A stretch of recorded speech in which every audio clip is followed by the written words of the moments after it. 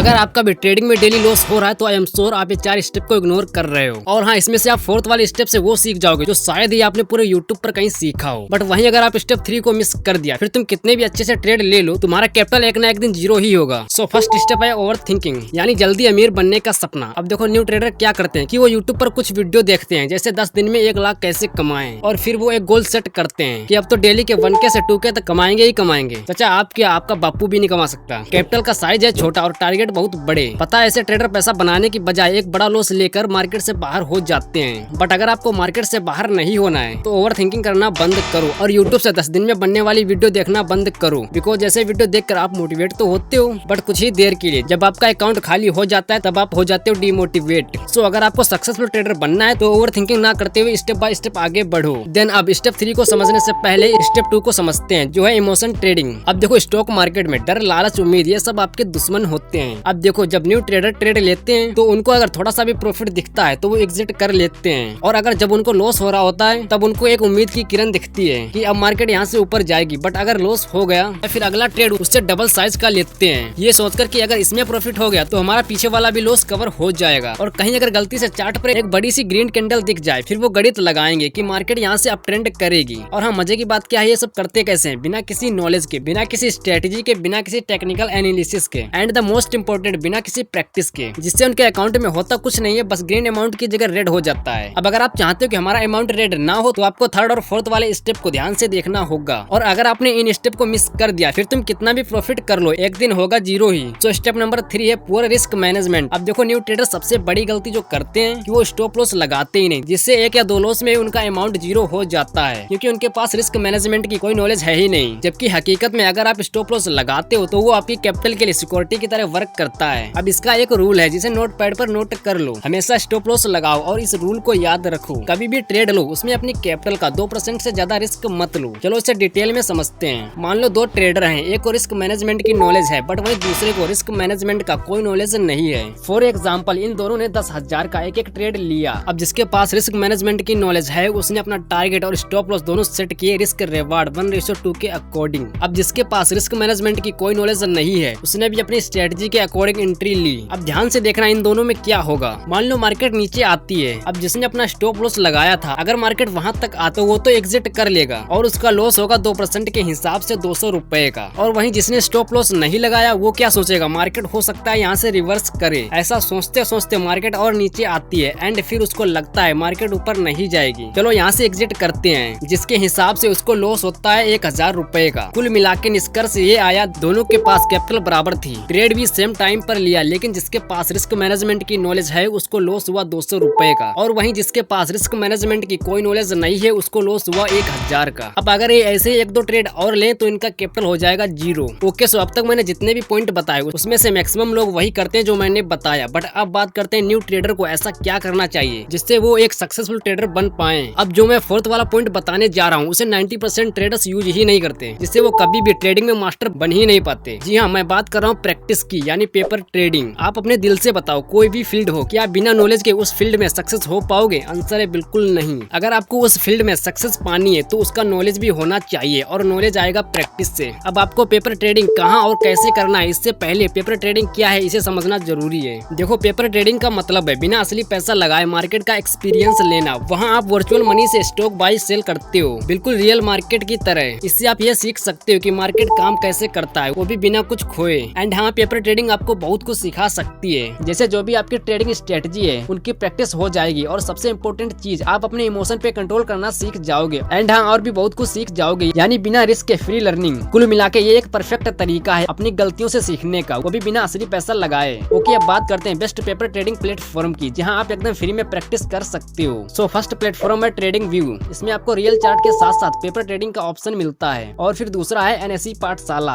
ये ऐप भी बिगनर्स के लिए परफेक्ट है। एंड फिर एक और ऐप है स्टॉक ग्रो। ये ऐप्स आपको रियल मार्केट एनवायरनमेंट का एक्सपीरियंस देते हैं, वो भी बिना रुपए लगाए। और हाँ, इसमें प्रोसेस बड़ा ही सिंपल है। सबसे पहले ऐप डाउनलोड करके साइन इन करो, और फिर वर्चुअल मनी पाओ, एंड फिर ट्रेडिंग प्लान बनाओ और ट्रेड करो। और हाँ, याद रखो, पेपर ट्रेडिंग में भी डिसिप्लिन जरूरी है, जैसे रियल मार्केट में चाहिए। ओके, सो अगर वीडियो पसंद आई हो तो समझ रहे हो, कर लो यार, अपना ही चैनल है।